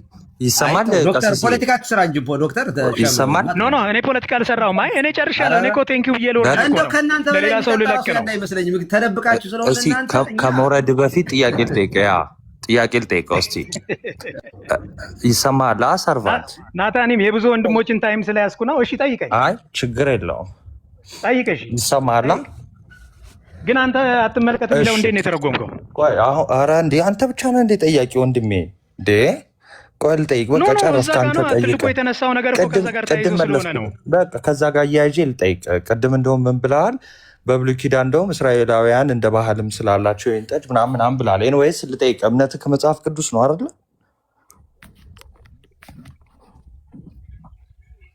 አይደለ? እምነትህ ከመጽሐፍ ቅዱስ ነው አይደለ? አትጠጣ እያልኩ ትንሽ ትንሽ ብለህ አትበል እያልኩ ስለ እናታው ነው እንዴ? ምን ማለት ነው? እስቲ ከአዲስ ኪዳን አሳየኝ። ምን ማለት አጠጡ ሚል ወይ ደግሞ መጠጣጣት ምን የሚለውን ላሳይህ። ይሄው ነገርኩ። ምን የሚለውን ላሳይህ ነገርኩ። አጠጡ ወይም መጠጣጣት ነው የሚለውን አሳየኝ። እሺ እንግዲህ መጽሐፍ ቅዱስ ላይ አንድ ቃል አቡነ ዘበሰማያትን በል 12 ጊዜ እንደሚል 12 እና 13 ጊዜ መጽሐፉን እያየን አይደለም የምንሄደው። አትመልከት ካለ አንተ ለምን ኪዳን ፈለከው? በሐዲስ ኪዳን አይደለም። ጥያቄውን በጥያቄ መጠየቅ ይችላል። አንዴ አዳምጠኝ። አትመልከት ካለ ቆይ ወንድሜ፣ በሐዲስ ኪዳን አሁን በሐዲስ ኪዳን ለምን አልከኝ ካልከኝ፣ ቅድም በብሉይ ኪዳን አልክ። አሁን የወይን ጠጅ እንደ ባህልም ስለሚይዙት አልከኝ። ይኸው በሐዲስ ኪዳን ጌታችን መድኃኒታችን በብሉይ ኪዳን ቅድምም ስላልሰማኝ ነው እንጂ ስለተደባለቀ ስለሚል ይስሐቅ የተደባለቀውን አልሰጠም ብያለሁ። ለምሳሌ እሱን ቻሌንጅ ማድረግ ትችል ነበረ። እሱን አይደለም እኔ መጠየቅ ያለብኝ ኖ እኔ ነኛ መጠይቅህ። እኔ መጠይቀን እንዲጠይቀኝ አይባልም። አሁን በሐዲስ ኪዳን አጠጡ መጠጥ ኃጢአት ነው የተባለበትን ክፍል አሳየኝ። እሺ ናቱ ጥያቄ ጠይቀዋል። አገልጋይ አንዴ ቆይ ሚዩት አድርገው። አንተ ራስህ አሁን ገብተህ ናቱ ዝም በል ለማለት ራሱ ትበጠብጣለህ። ገባህ? እሺ ናታን ይኸውልህ እንደዚህ አታውራ። አገልጋይ ይጨርስ። እኮ ጠየቀ ሚዩት አድርጎ አዳምጥ ነው እኮ ያልኩት። እየጠበቅኩ ነው። ቀላል ጥያቄ እኮ ነው እኮ ለመልስ ሚዩት አድርጋ ናቱ እንዴ ተደርበህ እኮ ኧረ ቆይ ለናቴ እድል ስጡት። በእውነት አንደኛ ቤቱ የእናንተ ነው። በነገራችን ላይ እያዳሉ ነው እንዴ አረብ ይመልስ ልጁ እንዴ እኮ ልጁ ናቱ እኮ ያለህ እኮ ጠብቀው መልስ እየጠበቅኩት እኮ ነው። እናንተ ናችሁ መሀል የገባችሁ። እንደዚህ በጣም የምትከራከሩበትን ነገር ከሐዲስ ኪዳን በጣም ከባድ እኮ ነው ይሄ እኮ በነገራችን። ሲጠጡ ማለት ራሱ በጣም የተጠየቀው ሰው የመልስ ይስጥ ግድ የለም። ናታኒም አንድ ጥያቄ ልጠይቅህ። አትጠይቀኝ፣ መልሰው መጀመሪያ በሐዲስ ኪዳን መጠጥ አጠጡ። ለናታኒም ቆይ አንዴ አትጠይቀኝ። ቆይ ጥያቄ ምን እንድጠይቀኝ አዲስ ኪዳን ጠጡ የሚል አውጣልኝ። በእንደዛ ከሆነ እኔ ስለመጠጥ ጥያቄ ጠይቀዋል። ቆይ ናቱ ዶክተር ጥያቄ ጠየቀ፣ አንተ አትጠይቀው፣ መልሱ መልስልኝ። አሁን ምንድነው መሰላችሁ? ቆይ አንዴ አርቲኩል ላድርግልህ። በሐዲስ ኪዳን ማይ ጋድ ኧረ ሶሪቲ አንዴ ቆይ ላውራ። ብዙ ሰዓት አላወራሁም። ልሰጥህ ነው። እስካሁን ድረስ ከቀሲስ ጋርም ሲወያዩበት ነበረ። ስለዚህ ስለ መጠጥ ያለህን ሀሳብ ታስቀምጣለህ፣ ሌሎቹም እንዲሁ ያስቀምጣሉ። እንደገና አዲስ ክርክር ከምታነሱ ስለ መጠጥ ያለህን ሀሳብ እንደ መጽሐፍ ቅዱስ አስቀምጥ ናታን። ቆይ እንጂ ሱረት አንድ ጥያቄ አንድ ጠይቆ አንዱን ማቴ አትሰርዥበት እንዴ! አንድ ጥያቄ ብቻ ጠይቆ እንደገና እኮ ክርክር ከሚል የለሽ ይቺ ትመለስና ከዚያ የራሱን ያስቀምጥ። ግን ይመለስና ጥያቄ ለምንድን ነው አንዴ ዳግም ምን ሆነ ነው? በእናትህ አንዴ ሚዩት አድርገው። እንደ ይቅርታ በጣም ዳግም አንዴ ሚዩት አድርገው። አንደኛ አንተ አይደለም ተሳዳቢ የተጫወትክ ነው። እስካሁን ሲወያዩ ስለቆዩ ከቀሲስ ጋር ሁለቱም ማለት ነው። ሌሎችም ሰዎች ስላሉ ሀሳቡን ሙሉን እንዲያስቀምጥ ፈልጌ ነው። ግን መጠየቅ አለብኝ ካልክ ትችላለህ። አሁን አንድ ደቂቃ ብቻ ስጡኝ። እሺ፣ አሁን ማንም አይደረብ። እሺ፣ ቴንኪዩ ሶሪቲ። አሁን ምንድነው እንግዲህ እየተወራ ያለው ስለመጠጥ ነው። ስለዚህ ወሬን ወይም ደግሞ ሀሳቤን በጥያቄ ጀመርኩ ማለት ነው። እንግዲህ ፕሮቴስታንቶች እምነታችን ከመጽሐፍ ቅዱስ ነው የሚመዘዘው ትሉ የለ። እንግዲህ ሰርቫንት ከአዲስ ኪዳን መጠጥ አጠጡ፣ መጠጥ ኃጢአት ነው፣ መጠጥ በራሱ ኃጢአት ነው፣ መጠጥ አጠጡ የሚለውን አውጥቶ ያሳይ። አሁን እየጠበቅን ነው። ከዛ ሀሳቤን አስቀምጣለሁ። መልካም። የእግዚአብሔር ትእዛዝ አዲስና ብሉይ ብለህ የምትከፍለው አይደለም። ትእዛዙ ትእዛዝ ነው። ብትወዱኝ ትእዛዜን ጠብቁ ስላለ ከአዲስ ከብሉይ በሚለው በዛ አይደለም ሄድ ብልህ አትመልከት ተብሏል። እንደገና የኛው ቅር ካለ አንተ አዲስ ኪዳን ላይ ብትጠጡ ችግር የለውም የተባለውን ጥቅስ አውጣልኝ። ቆይ ስለዚህ አትጠጡ የሚል የለህም። አትመልከት የሚላለኝ የእግዚአብሔር ቃል ላይ ነው ያልኩት። አንተ በአዲስ በብሉይ ብለህ እየሸነሸንከው ልትሄድ ነው። ገብተዋል አይደለ? ለምን በቃ አሁን እንትን እንዳይሆን በመንፈቅም በሰማንያም የሚቀርቡ ነገሮችን እናውቃለን። አሁን እኮ አንተ ብዙ ነገር እንዳትያዘህ ነገር ከበስተጀርባ ብዙ ነገር ስላለ የጨርሳ ናታን እንደዛ ሳይሆን አንተ ጥያቄ እንደጀመር እንዲህ አይነት አሰራር የለም። ናታኒም ጥያቄህን ጨርስ፣ እሱም እስከሚፈልገው ድረስ መልሱን ይመልስ። በጣም አሪፍ። እሺ እኮ ፎሎ አፕ ኩዌስችን ስላለኝ ነው አሁን ባነሳውም ላይ ማለት ነው። አንድ ጊዜ ጨረስክ ጥያቄህን ናታን? አልጨረስኩም። ኦኬ፣ አንዴ ጨርስ ጥያቄህን። እሺ ሰርቫንት፣ አሁን እንደዚህ በጣም እንትን ነው የሚሆነው። ሶሪቲ ችግር የለውም ታዩና ለመግባባት እንሞክራለን። እሺ በጣም ይቅርታ። እሺ እንግዲህ አጠጡ ከሆነ አትመልከቱ የሚለውን አጠጡ ብለህ ከተረጎምክ ለምን ክርስቶስ ጠጣ? ሰርቫንት ደረጃ ከቀሲስ ጋር ስነጋገር ለምን ክርስቶስ ጠጣ? በቃ ከቀሲስ ጋር ያወራውን ተወና አትመልከቱ ነው። ቆይ አንዴ ናታኒም ጠየቅ እኮ ሚዩት አድርገው። ጥያቄ እንድገማው ሚዩት አድርገው። ጠይቀኛል እኮ። እሺ ጥያቄ ምንድን ነው? ድገምልኝ እስቲ። ለምን ክርስቶስ ጠጣ እያልከኝ ነው ያለኸው? አይ ለምን ክርስቶስ ጠጣ ብቻ አይደለም ጥያቄ። ቆይ ጥያቄ ልድገምልህ። መጽሐፈ ምሳሌ ላይ ያነሳኸውን አትመልከቱ የሚለውን አጠጡ በሚል ተረጎምከውና አይ ይኸው በቃ መጽሐፍ ቅዱስ አጠጡ ይላል አልክ። እንግዲህ በአንተ ትርጉም ማለት ነው። እንደዛ ከሆነ ብሉይ ኪዳን ላይ አጠጡ ተብሎ ከተጻፈ በአንተ ትርጉም ለምን ክርስቶስ ጠጣ? ወይል በመጀመሪያ ደረጃ አልሰማኝም። አትጠጡ አይደለም ያልኩት፣ አትመኙ እያልኩ እየተከራከርኩ ነው ያለው። እኔ ደግሞ የጠየቅኩ አጠጡ ሚዩት አድርገው። ለምንድነው ሚዩት የማታደርገው? እንዲህ አይነት እንትን የለም።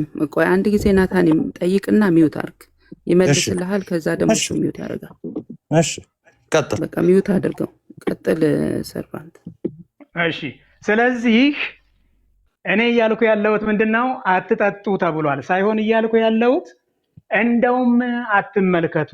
ለምን? ከተመለከታችሁ ትመኛላችሁ፣ ከተመኛችሁ ትወስዳላችሁ፣ ከወሰዳችሁ ትጠጣላችሁ። ሰርድ ስቴፕ ምናምን ነው።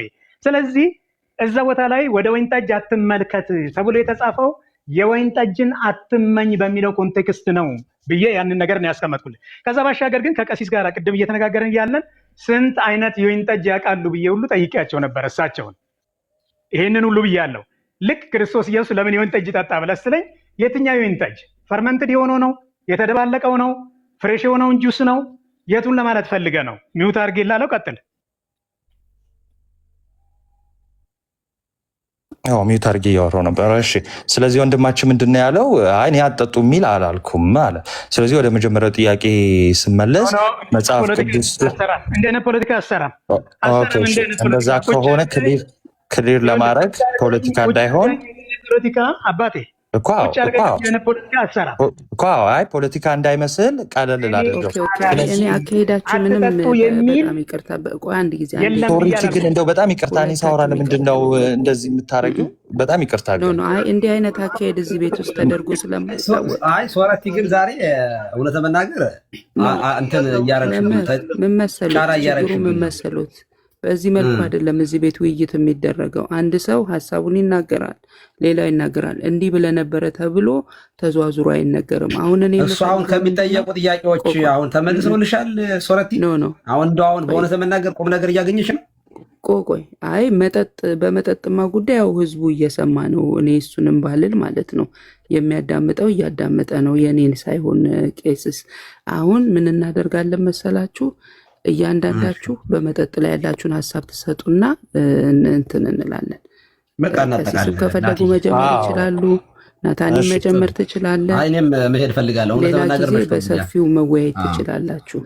አሁን እንደ ሀሳብ ቀሲስ ምንድን ነው አሁን እኔ ወንድማችን ሰርቫንት ተናገረና ሚዩት አድርጎ ነው ያወራሁት እና በምንም ተአምር መሀል መግባት አልነበረብሽም ነበር። ሀሳብህን ስጥ አንተ ለሰዎቹ ይመቻል የምትለውን ማጠቃለያ ምስጥና እንውጣ። እንደ መጽሐፍ ቅዱስ ከፈለግሽ ደቂቃ ስጭን ሳንቋረጥ ሳያቋረጥ ማንም አያቋርጥህም። እንደ መጽሐፍ ስጥና አንተ ከዛ በኋላ እኔ ማጠቃለያ ሰጥቼ በእኛ በኩል ያለውን ከዛ ደግሞ እነሱ ይሰጣሉ። ቀጥልናት።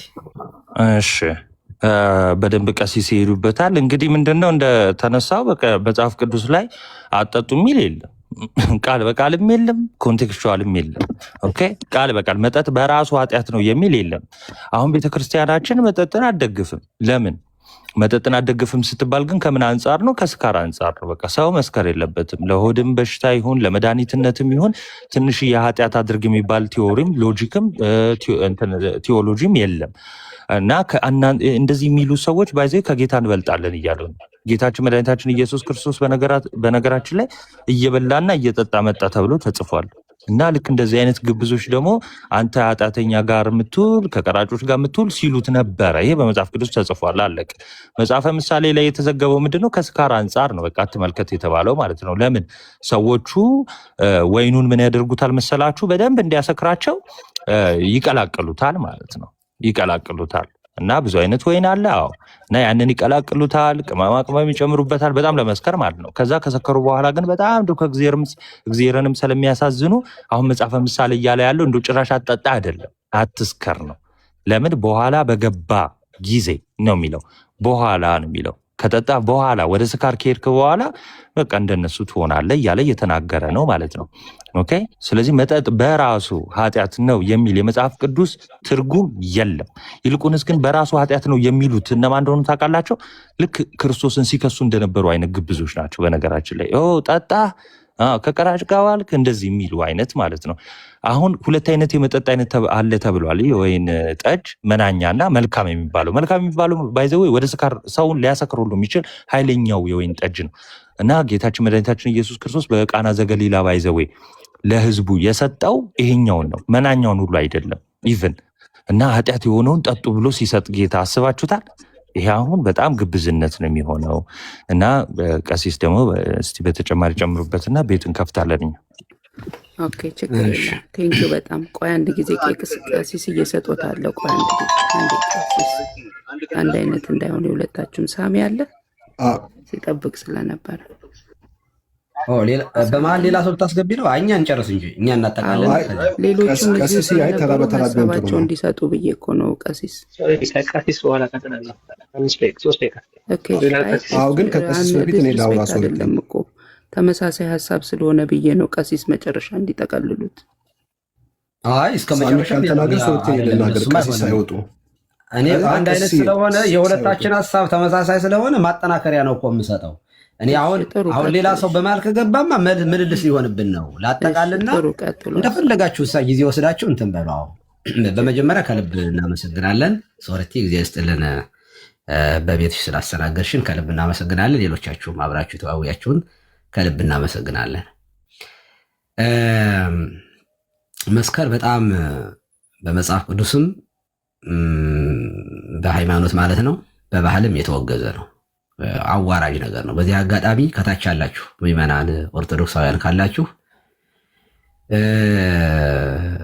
ስካር ለብዙ ችግሮች የሚዳርግ ነገር ነው። ቤተሰብን ይበትናል፣ ትዳር ይጎዳል፣ ልጆችን ይጎዳል፣ ራስን ይጎዳል፣ ሌላን ሰው ሁሉ ይጎዳል። የጠጣ ሰው አሁን ሲያሽከረክር ብዙ ሰው ሊያጠፋ ይችላል እና ስካር በጣም አጸያፊ ነገር ነው። እንደው አልሳሳትም ማለት በጣም ጥንቃቄ ያስፈልገዋል። ሎጥን ጥሏል፣ ኖህንም ጥሏል። እንግዲህ እነዚህ ትልልቅ ከጥፋት የዳኑ ቅዱሳን ናቸው እነዚህ ሁለቱ እና እነዚህ ከተፈተኑ እኛ ተፈትነን የማንወርቅበት ምንም ምክንያት ስለሌለ በጣም ጥንቃቄ ያስፈልጋል ነው። በአሜሪካ ሕግ በጣም ደስ የሚለኝ ሕግ አለ።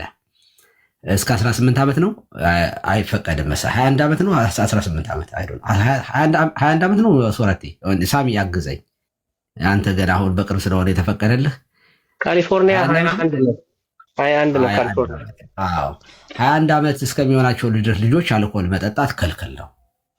መሸጥ ራሱ ወንጀል ነው፣ ያስቀጣል በህግ። አይዲ ተጠይቆ ምን ተብሎ ነው እስቲል ነው እኔ የሚጠይቁኛሉ። እንደው አሁን ቢራ እንደው ብገዛ ወይን ብገዛ እንደው የሆነ ቦታ እንደው ወልማርት ሊሆን ይችላል፣ ታርጌት ሊሆን ይችላል፣ የሆነ ብቻ እንትን ብል አይዲ ይጠይቃሉ። እና ስራ ቦታም ስንሸጥ አይዲ ጠይቀን ነው የምንሸጠው። እና ምን ማለት ነው ለምንድን ነው ሲባል ህፃናት መመጠን ይከብዳቸዋል። የወይን ጠጅ እንደ አረቄ እንደ ጠላ ያሉት ነገሮች በሀገራችንም ለልጅ አይሰጥም። ለልጆች ቅራሪ ነው የሚሰጠው። ምን ማለት ብሎ ውሃ የሚል ማለት ነው። ልጆቹ መመጠን አይችሉም። አይምሯቸው ጉጉናቸው ይሰናከላሉ። አሁንም እዚህ ውስጥ ላላችሁ ሰዎች እኛ ባለ አይምሮዎች ስለሆን ነው የወይን ጠጅ የምንጠጣው። ወይንም ደግሞ በመጠኑ ማለት አንድ ጽዋ ሰለስቱ ምዕት በሰለስቱ ምዕት በሃይማኖት አበው ላይ አንድ ጽዋ ቢበዛ 2 ከዚያ ግን አትለፍ ይላሉ ቃል በቃል። ቅዱስ ጳውሎስም እዚያ አገልጋዮቹ ስለሚመረጡበት ሁኔታ ስለ ኤጲስቆጶሳት ሹመት ምናምን በተናገረበት አንድ በጣም ደስ የሚል ነገር ቅዱስ ጳውሎስ ይናገራል። እስኪ አንዴ ጥቅሱን ላይውና አትጠጡ የሚል ሽታውም የለም። ሽታው ማለት ነው። እና ምን ይላል ቅዱስ ጳውሎስ ስለ ኤጲስቆጶስ መሆን ስለሚገባው ሰው የማይሰክር ይላል፣ የማይጨቃጨቅ ነገር ግን ገር የሆነ የማይከራከር ገንዘብ የማይወድ ይላል። እንዲሁም ደግሞ በሌላ በቲቶ 2 ላይ ደግሞ 2:3 ላይ ሲመክር እንዲሁም አሮጊቶች ሴቶች ይላል አካሄዳቸው ለቅዱስ አገልግሎት የሚገባ የማያሙ ለብዙ ወይን ጠጅ የማይገዙ ይላል። ለብዙ ብሎ ብዙ መሆን የለበትም። ለዚህ ነው አባቶቻችንም እንደዚህ ያሉ ክር አብዝቶ መጠጣት ችግር ስለሚዳርግ ነው። ግን እንደው እንትን ቀምሶ ለማመስገን ከሆነ ግን ኃጢአት አይደለም። ምን እጽዋት ምግብ መመገብ እጽዋትን አትክልቶችን ለእኛ የተሰጡን ነገሮች ናቸው፣ እንድንጠቀምባቸው የተሰጡን ነገሮች ናቸው። እንጀራ ባዶን አንበላ፣ ጨው እንጨምርበት የለ። ውሃ ላይ ደግሞ ቅዱስ ጳውሎስ እንዳለው ትንሽ ወይን ጨምረህ ጠጣ ብሏል። በነገራችን ላይ መድኃኒትም ነው። በባዮሎጂም መድኃኒትነት አለው። አባቴ እኔ በልጅነት የምጀምሮ ውሃ ስነን አረ የልጅ ሰለሊት ቦችኮ እንዳይበላው ይል ነበር። ሰለሊት ማለት ሰለሊት የሚባለው የወይን ጠጅ የጠላ ምናምን ማስቀመጫ የውሃን እንስራ ሰርስሮ የሚበላ ነው። ልክ እንደ ምስጥ እንጨት ምስጥ እንደሚበላው ሰለሊት ይባላል። እንስራን ውስጡን ቦርቦሮ የሚበላ እና ትንሽ ትንሽ ውስጥህ ጤና እንዲሆን ትንሽ ትንሽ ቀመስ ማድረግ ጥሩ ነው። ቄስ ሆኖ የማይጠጣ ባል ነበረ ድሮ ማለት ነው። እኔ በተፈጥሮ መጠጥ አልወድም በተፈጥሮ ማለት ነው። እና ስለሚያሰክርም በተለይ የምሰክሩ ሰዎች ትንሽም ቢሆን ትንሽ አንድ ቀምሳቸው የምሰክሩ ካላችሁ ስታፕ ቶታሊ ማቆም ነው ያለባችሁ። አይምሯችሁ ግን ምንም የማይል ከሆነ ፈጣሪያችሁን ለማመስገን የሚሆን ከሆነ አይምሯችሁን ምንም እንዲያውም ጭራሽ የሚከፍትላችሁ ከሆነ ግን ምንም ኃጢአት አይደለም። እውነት ለመናገር መጽሐፍ ቅዱስ እንደሚናገረው መስከር ኃጢአት ነው፣ መጠጣት ግን አንድም ጥቅስ የለም። ይህንን ነው የምንለው። ግን መጠጥን አናበረታታም። ይህንን ደግሞ የምንወደውን ነገር ደግሞ ለጾም ብለን ደግሞ ከጾምን ደግሞ የበለጠ ጽድቅ ይሆናል። በእውነት ለመናገር ግን በዚሁ አጋጣሚ አያይዤ ነው የምናገረው፣ መጥገብም ኃጢአት ነው። ድሆች እየተራቡ አንተ ቁንጣን እስከሚያቀናጣ ጠቢቡ ሰሎሞን ድህነት አይምጣብኝ ቁንጣንም አያቀናጣኝ እንዳልበድል እግዚአብሔርስ ማን ነው እንዳልል ብሏል። ስለዚህ ጥጋብም እንደውም ከተራበ ይልቅ ለጠገበ አዝናለሁ ይባላል። ድሃን ሳገኘው ታገለው ይለኛል ያለ ጥጋበኛ ሰው ነው። ስለዚህ ጥጋብ ራሱ ኃጢአት ነው። በነገራችን ላይ አብዝቶ መጠጣትም ኃጢአት ነው፣ አብዝቶ መብላትም ኃጢአት ነው። አትለዩት እና በዚህ አይነት መንገድ አብዝቶ በየአይነት ድሆች እየተራቡ መብላት ራሱ በክርስትና አይፈቀድም። በመጠን መኖር ነው ክርስትና። እና ይህንን ነው ማለት የምፈልገው። መጠጥን እያበረታታን አይደለም። በተለይ አይምሯቸው የማይችል ከሆነ አሁን እኔ ኤክስፔሪንስ የሌላችሁ ሰዎች ትልልቆች የምትሆኑ እንደ ህፃናት ክልክል ነው። 21 ዓመት ገና እስከሚሞላቸው ድረስ ባጠጣጡ ጥሩ ነው። ግን 21 ዓመት የሞላቸውን ግን እንደሚታወቀው አሜሪካ የፕሮቴስታንቶች ነው። አብዛኛው ያው ፕሮቴስታንት ነው። ኦርቶዶክሱም በጣም ትንሽ ነው፣ በጣም ጥቂት ነው። ካቶሊኩም ብዙ ነው። ግን በፕሮቴስታንቱም አይከለከልም። እዚህ ውጭ ሀገር ላይ በካቶሊኩም በኦርቶዶክሱም አይከለከልም፣ በእስልምናም አይከለከልም። መስከር ግን በሁሉም ሃይማኖት የተከለከለ ነው። መስከር ነውረኝነት ነው። አቁሙ። ሰካራሞች ልብ ይስጣችሁ እግዚአብሔር። በእውነት ይህንን ማለት ፈልጋለሁ። ብዙ ህይወት የሚያበላሽ ስለሆነ ቴንኪው። በጣም ነው የምወዳችሁ፣ በጣም ነው የማከብራችሁ። ሶለቴ ቴንኪው። የእኛንም ደግሞ ስሙንና አንተን ሰማለሁ፣ አንተን ልስማና ከዚያ እወጣለሁ።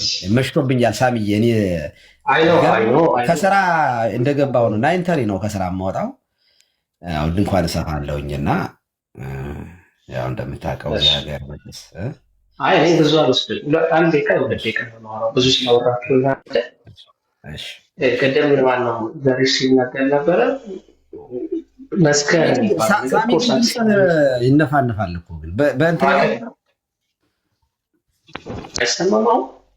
ኧረ መልክ ነው ጥርቱ ነው ድምፅህ በጣም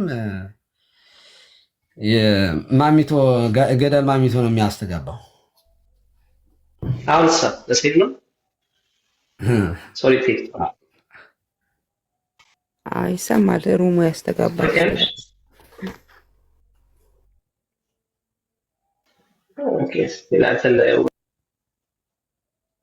ይሁን በቃ ችግር የለውም። አሁን ደግሞ ኮኔክሽን ይቀጥል። ኮኔክሽን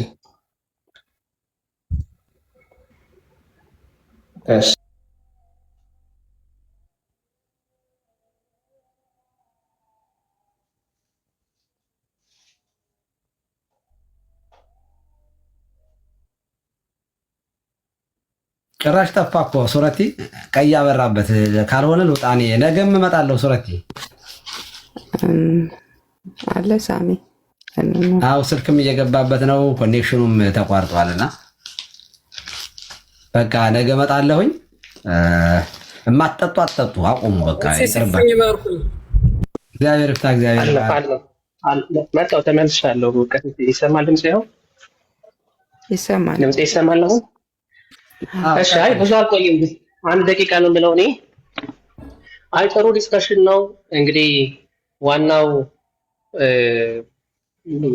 መስቀል የሚባለው ነገር ያው አደጋ እንዳለው እናውቃለን። እኛ እንደ ወንጌል አማኝ አንጠጣም ስንል ምን እያልን ነው ሲባል ሁል ጊዜ ኮንሲኩዌንስ ያለውን ነገር አሁን ቅድም ሲነሳ ነበር፣ ጢሞቴዎስ መጽሐፍ ሲነሳ ነበረ። ጢሞቴዎስ መጽሐፍ እንደሚታወቀው ደብዳቤ ነው፣ ፐርሰናል የሆነ ደብዳቤ ነው። ጳውሎስ ከጢሞቴዎስ ጋር ያለውን ሪሌሽንሽፕ ታውቁታላችሁ። እና ከዛ አንጻር ጥቂት የወይን ጠጅ ብሎ ሲናገር ስፔሲፊክሊ ለሆድ ህመሙ እንደሆነ እናውቃለን። እና እንደዚህ አይነት ትምህርቶች ላይ ቆመን ተረዲ ስለማንሰራ መጠጥን እንከለክላለን። ሌላው ግን እኔ በጣም እንደ ወንጌል አማኝ መጠጥን የምንጸየፈው ለምነው ሲባል ጳውሎስ ትዝ ይላችኋል በቆሮንቶስ ቤተክርስቲያን ላይ የተከሰተ አንድ ጉዳይ ነበረ እና ለጣዖት የተሰዋ ስጋን ስለመብላትና ስላለመብላት እና ታውቃላችሁ ለክርስቶስ ኢየሱስ አርነት ወተናል። ስለዚህ ለጣዖት የተሰዋ ስጋ መብላት ችግር የለብንም ብለው የሚሉ ሰዎች ወይም ደግሞ በማይንድ ሴታቸው ፍሪ ነን ብለው የሚያስቡ ሰዎች ነበሩና ጳውሎስ ስለነሱ ሲናገር ምን አለ? አንተ ለአንተ ችግር ላይኖረው ይችላል፣ ግን አንተ ስትበላ በአንተ ምክንያት ለሚሰናከለው ሰው ብሎ ስለ መሰናከል የሚያነሳል ማለት ነውና አንዳንድ ሰዎች ይላሉ አይ እኔ ችግር የለብኝም እኮ አትስከር የተባለው ብጠጣ ችግር የለም እና ይላሉ። አንድም ምን ያህል አቅም ሊኖራቸው ይችላል። ሰዎች ማለት በአንድ ቢራ በአንድ ወይም በሆነ ነገር ብቻ እንቆማለን ወይ? እሱ ራሳችን ለራሳችን ሪስፖንሲቢሊቲ እንሰጣለን። ሁለተኛው ግን ከሱ በላይ ግን ደግሞ የከፋው ነገር ብሎ ሲባል በእኔ መጠጣት ታናሹ ሰው የሚሰናከል ከሆነ የዛ ሰው የህይወት መሰናከል የህይወት በእኔ እጅ እንዳለ መጽሐፍ ውስጥ ግልጽ አድርጎ ያስቀምጣል።